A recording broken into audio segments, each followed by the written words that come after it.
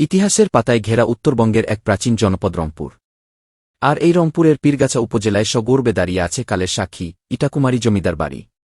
ইটের পর ইট গেঁথে যে আভিজাত্যের সূচনা হয়েছিল কয়েক বছর আগে, আজ তার ধ্বংসাবশেষের আড়ালে লুকিয়ে আছে অসংখ্য না বলা গল্প। আজকের ব্লগে আমরা ফিরে যাব সেই অতীতে, জানব এই রাজকীয় প্রাসাদের নেপথ্যে থাকা বীরত্ব আর ঐতিহ্যের ইতিহাস কি। ইটাকুমারী জমিদার বাড়ির ইতিহাস শুরু হয় মূলত 18 শতকের মাঝামাঝি সময়ে। জনশ্রুতি আছে এই জমিদার বংশের প্রতিষ্ঠাতা ছিলেন রাজা শিবচন্দ্র রায়। তবে অনেকে মনে করেন এই রাজবংশের প্রকৃত প্রতিপত্তি শুরু হয় রাজা জানকী বল্লভ সেনের সময় থেকে। তৎকালীন সময়ে এই জমিদাররা ছিলেন অত্যন্ত প্রভাবশালী। বিশেষ করে ব্রিটিশ বিরোধী আন্দোলনে এই বাড়ির জমিদারদের ভূমিকা ছিল অনন্য। দেবী চৌধুরানী এবং ভবানী পাঠকের বিদ্রোহের সাথেও এই অঞ্চলের জমিদারদের এক গভীর ঐতিহাসিক যোগসূত্র রয়েছে। অন্যায় আর শোষণের বিরুদ্ধে এই বাড়ির দেয়ালগুলো একসময় রণধ্বনি শুনেছে, যা আজও ইতিহাসের পাতায় স্বর্ণাক্ষরে লেখা আছে গি। একসময় এই বিশাল চত্বরে ছিল শান বাঁধানো পুকুর, সুউচ্চ অন্দরমহল, কাচারি ঘর এবং সুদৃশ্য তোরণ। আপনি যদি ভালো করে লক্ষ্য করেন, তবে পলেস্তারা খসে পড়া দেয়ালগুলোতে এখনও সূক্ষ্ম কারুকার্য দেখতে পাবেন। পোড়ামাটির ইটের শৈল্পিক ব্যবহার থেকেই হয়তো এলাকাটির নাম হয়েছে ইটাকুমারী। বাড়িটিতে ছিল বিশাল সব দিঘি। কথিত আছে রানীদের স্নানের জন্য ছিল আলাদা সুরক্ষিত পুকুর এবং পালকি চলাচলের জন্য বিশেষ পথ।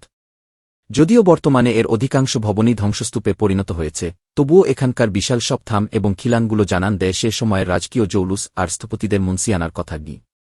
আপনারা যারা এই ঐতিহাসিক ইটাকুমারী জমিদার বাড়িটি সশরীরে ঘুরে দেখতে চান, তাদের জন্য যাতায়াত ব্যবস্থা বেশ সহজ। ঢাকা থেকে, গাবতলী বা কল্যাণপুর থেকে রংপুরগামী যেকোনো বাসে আপনাকে প্রথমে আসতে হবে রংপুর শহরে। রংপুর শহর থেকে পীরগাছা উপজেলার দূরত্ব প্রায় 25 কিলোমিটার। রংপুর মেডিকেল মোড় বা টাউন হল এলাকা থেকে সিএনজি বা লোকাল বাসে পীরগাছা আসা যায়। পীরগাছা বাজার থেকে অটো বা ভ্যানে করে মাত্র 15-20 মিনিটেই পৌঁছে যাবেন জমিদার বাড়িতে। ট্রেনে, ঢাকা থেকে রংপুর এক্সপ্রেস বা কুড়িগ্রাম এক্সপ্রেসে এসেও আপনি কাউনিয়া বা রংপুর স্টেশনে নেমে একই পথে যাতায়াত করতে পারেন। সময়ের নিষ্ঠুর বিবর্তনে আর যথাযথ রক্ষণাবেক্ষণের অভাবে আজ ইটাকুমারী জমিদার বাড়ির সেই উজ্জ্বলতা ম্লান হয়ে গেছে। চারপাশ চেয়ে গেছে আগাছায়, খসে পড়ছে ঐতিহ্যের শেষ চিহ্নগুলো। তবুও এই ধ্বংসস্তূপের মাঝে দাঁড়ালে এক ধরনের অদ্ভুত প্রশান্তি আর বিষণ্ণতা আপনাকে গ্রাস করবে। অয়ত্ন আর অবহেলায় হারিয়ে যাওয়ার আগে আমাদের এই প্রত্নতাত্ত্বিক সম্পদ রক্ষা করা প্রয়োজন। আপনি যদি ইতিহাসের ঘ্রাণ নিতে চান, তবে রংপুরের এই জমিদার বাড়িটি আপনার ভ্রমণ তালিকায় রাখতে পারেন। দেখা হবে অন্য কোনো গন্তব্যে, অন্য কোনো ইতিহাসের সন্ধানে। ততক্ষণ পর্যন্ত ভালো থাকুন, সুস্থ থাকুন।